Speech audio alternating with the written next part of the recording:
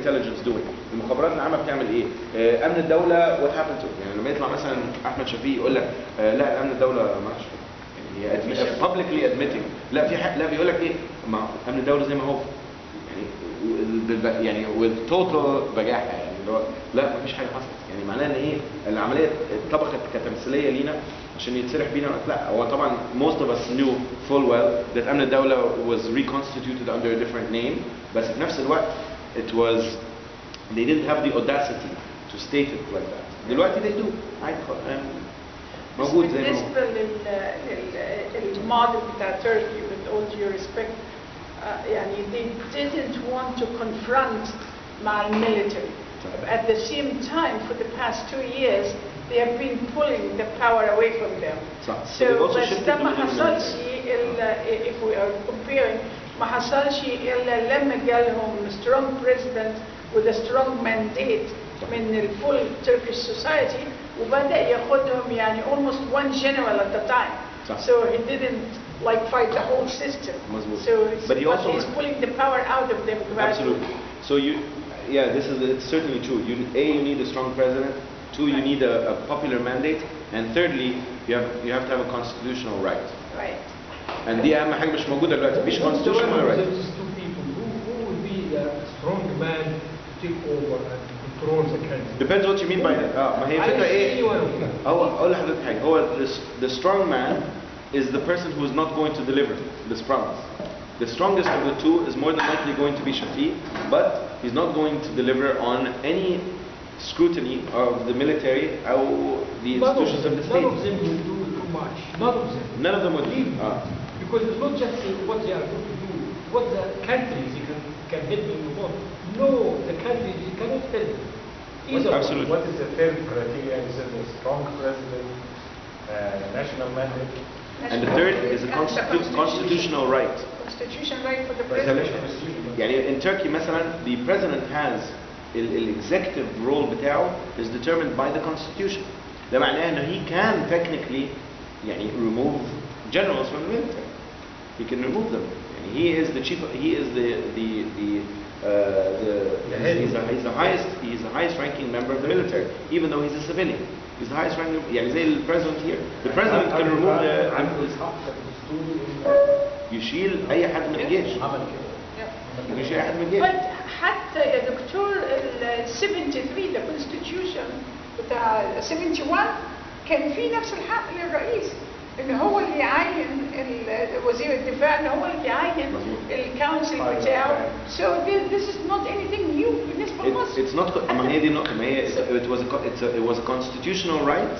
Right. But you didn't have the popular mandate because the president was never elected freely, right. And they ensured that the president is always a high-ranking general in the military anyway. So he wasn't going to act in the disinterest of the military anyway, but he preserves the system indefinitely. So, in 3 things there's always something missing. In Turkey, the best case scenario is more than 60 years later, الثلاثة دول now exist. And since they exist, you can begin to dismantle the deep state. Yeah. في ناس يقول لك لا والله على فكرة it's a little bit more complex than that. And as the AKP party and Erdogan slowly chip away the deep state, in parallel they're creating their own deep state. It's a party state, you know. The relation party. So ده سؤال كنت عايز اساله لك يا دكتور عادل بالمناسبة يعني. كان الانالوجي ده بتاع الديب ستيت اللي شرحته على الدولة كان ممكن نطبقه على الجماعة مثلا على الاخوان المسلمين في حال وصولهم للحكم. هنبقى تحت تأثير deep state with deep organization at the same time. Absolutely. خد بالك in the case of الإخوان المسلمين, you're literally talking about an institution that for the most part is impenetrable to public scrutiny. Impenetrable فعلا. يعني there are يعني characteristics of the deep state and it has its worldview, its ideology, its perspective, its vision, its project that it's trying to apply and has a system of absolute loyalty and conformity. And in that sense, الإخوان المسلمين, at least in the higher ranks, they're impenetrable.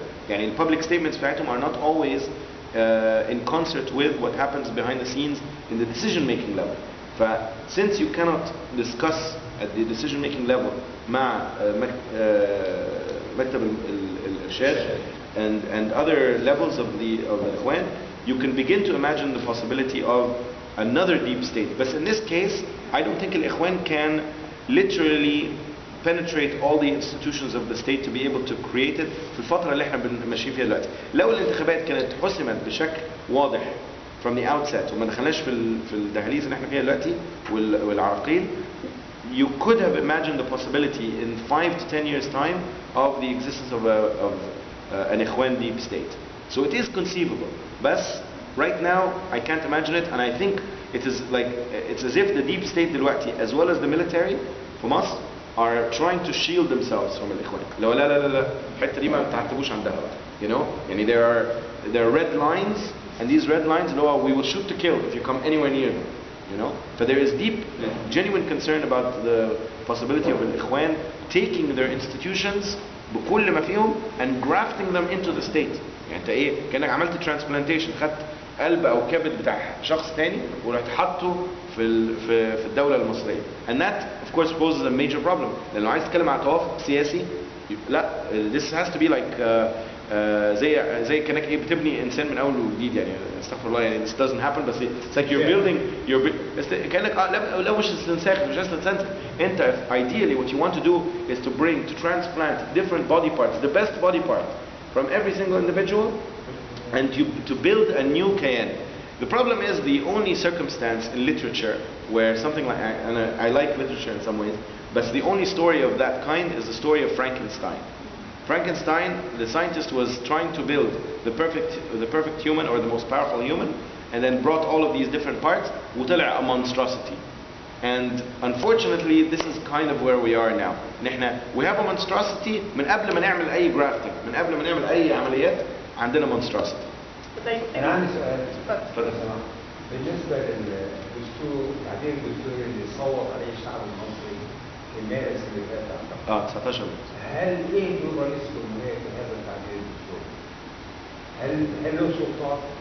ده التعديل الوحيد اللي وافق عليه الشعب المصري اللي جه بعد كده كان فاهم. فإيه دور رئيس الجمهورية في هذا التعديل؟ هل حد يعرف؟ As far as I know, the majority of the amendments كانت pertaining to the eligibility of the presidency, more so than the executive branch of government. هو كان المفروض ان by amending these constitutional amendments, we go back to the original constitution of 1971, which الصلاحيات بتاعت الرئيس المفروض تفضل زي ما هي. يعني it doesn't transform it. All it does is limit his term, his or her term, come on. Let's limit the term of the presidency and determine who is eligible and who is ineligible. ايوه مظبوط تفضل زي ما هي. مفروض زي ما هي. السؤال بتاعك على هذا، لو فرضنا ننقض كل التعديلات اللي جت بعد كده ونطالب رئيس الجمهورية الجديد ان هو يطلب من سكاف ان هو يلتزموا بال 30 يوم يروحوا والا يفصلوا. Does he have this power according to the real constitution? ما هقول لحضرتك حاجة، ما هو again it's a complicated constitutional battle, because during the period ما بين التعديلات الدستورية يوم 19 مارس لحد انتخاب البرلمان, which of course was deemed unconstitutional لحد أول امبارح, technically the Supreme Council for the Armed Forces is the only real legislative body. So it can amend the constitution. يعني it doesn't necessarily have to go to a public referendum. Is this their own declaration or based on constitutional ground from 71? No, this is their own declaration, and their own declaration, but their own declaration is legally binding. The thing is, because they are, because هم مش بس رئيس جمهورية. لما طلعوا التعديلات الدستورية الأولانية, it was at a time when they were not just the president of the country, they were also the parliament. They are the reason they cannot have a constitution without popular vote. Yes. It's international law. Yes. But how in the world they give themselves the right to do a constitution either in full or in part. I'm going to as far as I'm concerned, the only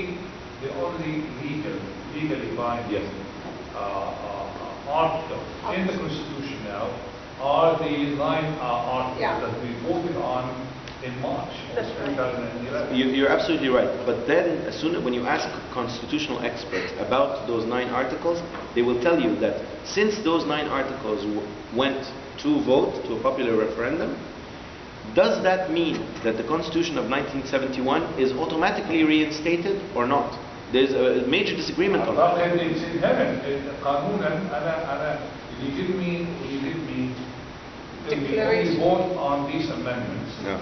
Inherent in that is that the rest is intact.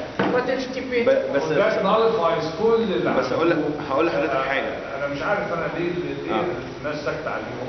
I'm not actually suing them for it. هقول لحضرتك حاجة. The problem is in we don't actually have a pre-referendum constitution on which we can mandate the constitutional referendum. يعني معناها ايه؟ معناها ان when the referendum went to vote, at that moment the constitution itself had technically been frozen, if not disbanded. Right. You know? Yeah. This is the way it was. This was the official decision. Yeah. We are amending the bylaws, and this means that there are 5 or 6 items in the bylaws will be amended. But the rest of the document is not No, touched. unless you say that. Yes. Unless if you indicate that we are amending. By amendment, definition by amending No, means that it's not touched, it's not amended. No, لما تقول حضرتك we are keeping a constitution بتاع 71, but we are just amending these points, so we are adding or deleting or changing these points, then you are right, you still have 71 plus these But two they never had a vote points. to do away So we with suspend 71. This is false and misleading. Because if I tell you vote on these amendments, okay, why I didn't vote on the rest? If you intended to introduce a new whatever they are, like how many articles are there? Like 30 articles? Yeah, somewhere in the ranges like. How many? I don't remember exactly, but Yeah, whatever. If you didn't ask me to vote, then I assume they are intact. If you wanted to change them, and they did by تعديل الدستور اللي عملوه, okay, then that is false. بس أقول لحضرتك حاجة. I think this is you said the absolute best word to describe the whole system. The system is farce. You know why it's farce? Because the committee that devised the constitutional amendments without consultation with anyone was put together by the Supreme Council for the Armed Forces. So basically, even the choice of 9 was limited to what the military was prepared to amend. So, if the whole thing is a movie. We are living in a movie. And we are living in a constitutional movie that is a farce. It's constitutional. Where they can use the grounds of... They are using the ground of unconstitutionality to challenge absolutely anything that has been done before, including what they passed previously. The constitutional amendments were in some cases challenged by the constitutional declaration. And this is very clear that on at least 2 articles, the referendum stated certain things that were challenged by the constitutional declaration that SCAF released. And then now, including of course the constitutionality of the election of the parliament, at which point it was only challenged when a case was brought against the parliament, strategically. And in fact, the military threatened the Muslim Brotherhood to use the unconstitutionality of the parliament to dissolve the parliament. Which basically means in المجلس العسكري ماسك في ايده all of the gauges of the concept. So we actually have very little in our own hands, including the 9 constitutional amendments that we have. At the end of the day, the people who noticed, and this is not to give ta'zim salam to the people who wanted to vote no against the constitutional amendments, but بصراحة they were right. They were right from day one. In the constitutional amendments, يا إما it had to be boycotted outright, or it had to be voted no across the board, because that would have put us in the point that we are now, which is we don't have a constitution, we need to rewrite it, and we need to select the individuals. Between the Salafi and the Brotherhood on one hand and SCAF. وكفروا اللي قالوا بالظبط. I have my nephew طلعت صورته في الجورنال جنب ساويرس في اللي قالوا له كفروا. طبعا. No, it was planned from the beginning. It was planned, but ironically, it's a sign of how extremely politically immature al-Ikhwan and the Salafiyin were. Because in the end, it came back to become a major crisis for them. And the only reason why they were forced to field Morsi was because Khayrat al-Shatir had been deemed ineligible because of the rules, and not to mention Hazm Abu Ismail, etc. يعني كمية المشاكل اللي عملتها لهم التعديلات الدستورية دي, because now they're in a labyrinth. المسلمين لعبوا نفس الريبليكا of 1954. Because in January of this year, I met with a leader, one of the leadership, and he told me, and he's very close to Tarashan. And الرئيس القادم توافقي، كلمة غريبة جدا. قلت له تقصد ايه توافقي؟ قال لي يعني ممكن اللي هو حسن. They tried that for sure. الراجل مش قادر يمشي. فهم كانوا فاكرين ان هم ضحكوا على الاخوان وفاكرينهم ان هم خلاص everything is in partnership. وبعدين انا بقول لك ان كان في ميليتري كوب، وكان البلان كانت جاهزه من وقت عمر سلمان ما كان بيتفاوض مع شباب الثوره، وقال لهم رفضوا ان هم حسني مبارك يقعد، قال لهم اقبلوا كده في ميليتري. فده ميليتري كوب ان ذا فول سنس اوف ذا وورد، والبلان دي كلها كانت المخابرات عاملاها ان هم يضحكوا على الاخوان، يضحكوا على الشعب كله، وتصوير الارض. لو سمحت انا عايز ارجع تاني اللي هي الديب ستيت، وهل هو يحصل مع الاخوان المسلمين ولا لا قبل ما نسيب الموضوع ده. يعني even though there is a possibility that it's out there, it can happen, but the elements are not there right now that it would happen. The elements are not there, first of all, because they don't have a mandate. 12 million voted for them, that's not a mandate. So nobody has a mandate. Right, but they don't have a mandate.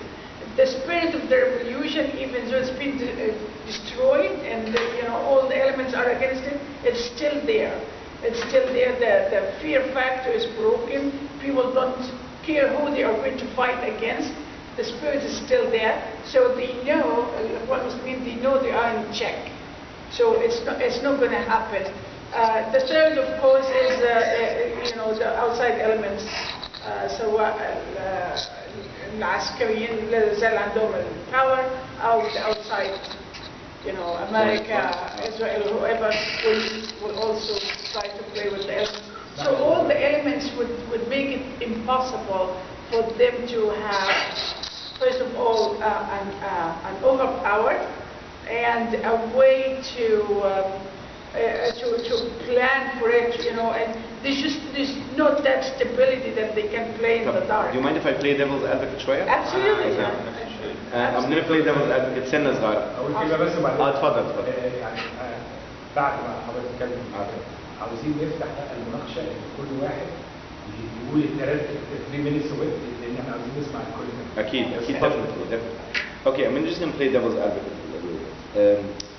I think that they may not. I think that the Muslim Brotherhood has all the necessary characteristics as an organization to not only replicate the deep state, but do a far better job. Why?